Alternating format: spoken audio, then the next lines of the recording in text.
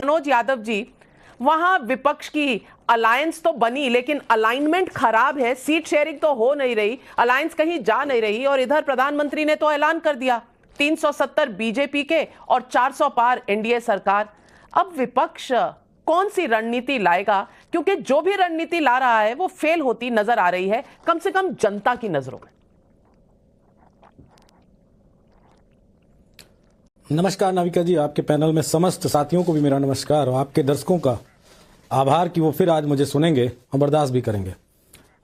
निश्चित तौर पे जो आपके सवाल हैं वो बड़े मौजूद से सवाल हैं कि प्रधानमंत्री जी का भाषण इतना ओजस्वी, इतना बेहतरीन भाषण रहा कि विपक्ष के पास तो कुछ नहीं बचा है।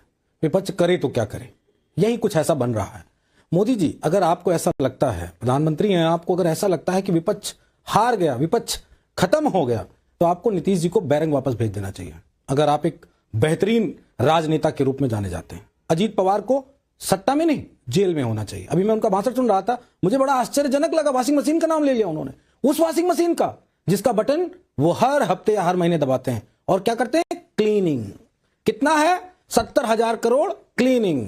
कितना है? 50,000 करोड़ क्लीनिंग। कितना है असम का? 10,000 करोड़ क्लीनिंग। उसका उस वॉशिंग मशीन का बटन तो मोदी जी दबाते हैं, तभी तो वो क्लीन होकर बाहर निकलते हैं। विपक्ष से इतना डर मोदी जी को मैं पहली किसी देश के प्रधानमंत्री को देख रहा हूं जो विपक्ष से इतना घबराए हुए हैं और विपक्ष पे ही आरोप लगा रहे हैं। तर्क, अच्छा ये बताइए, हम तो सत्ता में नहीं है, फिर आपको किस बात का खतरा है?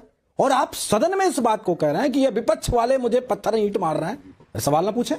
आप चाहते हैं कि इस देश का लोकतंत्र खतरनाक हो जाए, मतलब सत्ता से कोई सवाल ही ना पूछा जाए, हम आपसे किसी तरीके की कोई बात ही ना करें, तो फिर आप कहे कि बड़े प्रधानमंत्री, फिर कैसे डिफरेंट आप अपने आप को कांग्रेस से और अदर पार्टियों से अपने आप को अलग बताने की कोशिश करते हैं? ये सारी चीजें तो हम जानना चाहते हैं, और आपसे सवाल पूछा जाता तो आप सवाल का जवाब नहीं देते हैं। मोदी जी, आप सिर्फ विपक्ष पे सवाल पूछते हो।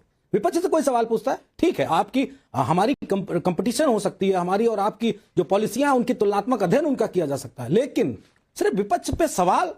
और आपने जवाहरलाल नेहरू जी की तो कह दिया कि आप आलसी समझते थे इस देश के।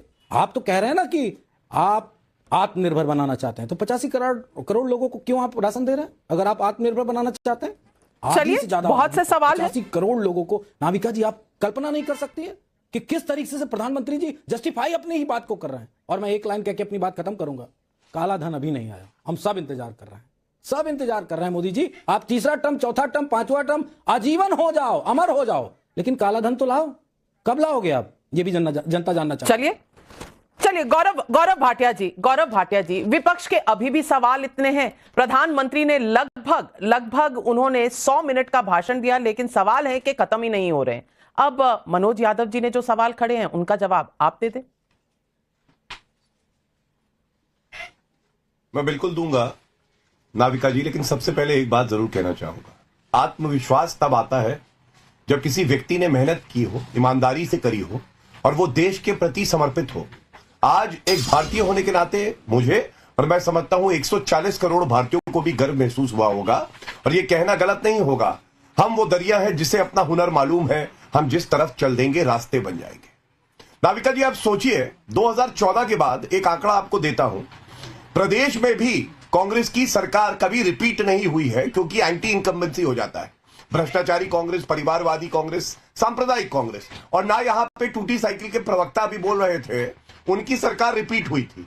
आप सोचिए मोदी जी ने क्या काम किया होगा, उनकी विश्वसनीयता क्या होगी कि 2 पूरे टर्म के बाद पूर्ण बहुमत के तीसरी बार वो छाती ठोक के कह रहे हैं कि जनता का आशीर्वाद मिलेगा और 370 सीटों से ज्यादा हमारी आएगी। अभी आप सपा से पूछ लीजिए, इनकी 3 सीटें हैं लोकसभा में, ये विधानसभा का चुनाव हार गए, उसके बाद भी बातें कर रहे हैं आदरणीय प्रधानमंत्री पे। और मैं आपको बताता हूं वजह क्या है उसकी। देखिए, अपना रिपोर्ट कार्ड रखने का दमखम किसी में है तो नरेंद्र मोदी जी में है। जिस तरह से महिलाओं के सशक्तिकरण की बात उन्होंने करी, गरीबों को कैसे मुख्य धारा से जोड़े उसकी बात करी, युवाओं की बात करी, किसानों की बात करी, भ्रष्टाचार को कैसे खत्म करेंगे। आप सोचिए, एक जमाना था, आप पेपर पढ़िए यूपीए के सरकार में, तो केवल और केवल एक न्यूज आती थी, 2G घोटाला 1,76,000 करोड़, कोलगेट घोटाला 2 लाख करोड़ पार हो गया, CWG घोटाला कई हजार करोड़, जीजाजी घोटाला, हर जगह किसानों की जमीन हड़प रहे। आज देश का ईमानदार प्रधानमंत्री डंके की चोट पे कहता है, अगर भ्रष्टाचार किया है, एक एक पाई तेरी वसूल लूंगा और जनता को जाएगी, ये गरीबों की पाई है। और एक बड़ी बात मैं और कह दूं, ये कह रहे थे अभी सपा के प्रवक्ता बता रहे थे सपा के प्रवक्ता को मैं बताता हूं, वॉशिंग मशीन देखिए, ये वॉशिंग मशीन है। ये गायत्री प्रजापति दोष सिद्ध है बलात्कार में, खनन घोटाले में। इनको जो आधे मुख्यमंत्री थे अखिलेश यादव, उन्होंने हटा दिया था। आपको मालूम है 5 दिन बाद वापसी हो गई और ये पैर छू रहा है मुलायम सिंह यादव जी के, और उसके अखिलेश यादव मुख्यमंत्री तक कुछ नहीं कर पाए। एक और तस्वीर है, ये देखिए वॉशिंग मशीन। ये अतीक अहमद है, अपना कुत्ता लेके आया है, उस कुत्ते का हाथ जो मुख्यमंत्री ही रहे मुलायम सिंह यादव जी के हाथ में पकड़ा रहा है। ये वॉशिंग मशीन ऐसी थी कि जो सबसे बड़ा माफिया डॉन था उसकी धुलाई हो जाती थी, और इसको सही किसने किया? आदरणीय मुख्यमंत्री योगी मैं जवाब देना चाहूंगा। ये फर्क है, इसलिए कम से कम वॉशिंग मशीन पे ना बोला करो। पूरे दामन में काले दाग है, पूरे दामन में काले दाग है, इसीलिए जनता ने नकारा है। जवाब दीजिए, काउंटर का समय दूंगी मनोज यादव जी, आपका जवाब दीजिए, आपके पास 45 सेकंड। बड़ी अच्छी अच्छी बातें कही हमारे बीजेपी के प्रवक्ता ने, और टूटी साइकिल की बात करी। बड़े बेगैरत आप थे, जिस साइकिल पे चढ़ के अपर महाधिवक्ता बने उसी को तोड़ के चले गए। अच्छा नहीं लगा मुझको कि आप इस तरह की बात कर रहे हैं। उसी साइकिल पे आप भी सवार थे, आपके पिताजी भी सवार थे। बेगैरती इसलिए आपको है, कम से कम इस तरह तो नहीं कहना चाहिए था। अगर इतनी भ्रष्टाचार पार्टी थी तो आपको बिल्कुल आपको और आपके पिताजी को भी नहीं रहना चाहिए था, इसीलिए चले गए थे क्या? अपर महाधिवक्ता उत्तर प्रदेश में, ओ माय गॉड, राज्यसभा सब तो ले लिया, उसके बावजूद भी आज इतनी दिक्कत है समाजवादी पार्टी से। मैं आरोप जो लगा रहा हूं वो काले धन के लगा रहा हूं। मोदी जी ने आज सदन में पर्सनल अटैक है, ये पर्सनल अटैक है। आप मुद्दे पर जवाब दीजिए। नहीं मनोज यादव जी, आप मुद्दे पर जवाब दीजिए। अतीक अहमद की बात कही, गायत्री प्रजापति की बात कही, आप उसका जवाब दीजिए। मैं मुद्दे पे हूं। अरे गायत्री प्रजापति, सारे प्रजापतियों पे जवाब दे रहा हूं। मैं मुद्दे से नहीं हटता कभी। इन्होंने जिन जिन पिक्चर को दिखाया उनकी बात कर रहा हूं। इन्होंने भी किसी कुत्ते की फोटो दिखाई, नेताजी ने वो तो जानवर था उसके ऊपर हाथ रखा। मनुष्य रूपी भी कुत्तों पे हाथ रखा है, जो अपनी बेगैरत से अभी भी नहीं बाज आ रहा है। इसीलिए समाजवादी पार्टी को छेड़ो मत।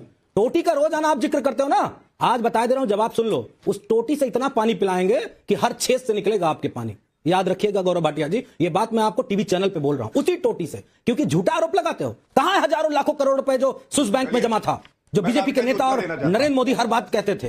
हमारे बात इधर उधर करने की कोशिश ना कर। जो सवाल है उसका जवाब आपने दिया नहीं। कुत्तों की बात आप कर रहे हैं। वो मल्लिकार्जुन खड़गे का भी एक बयान है जो वायरल हो रहा है।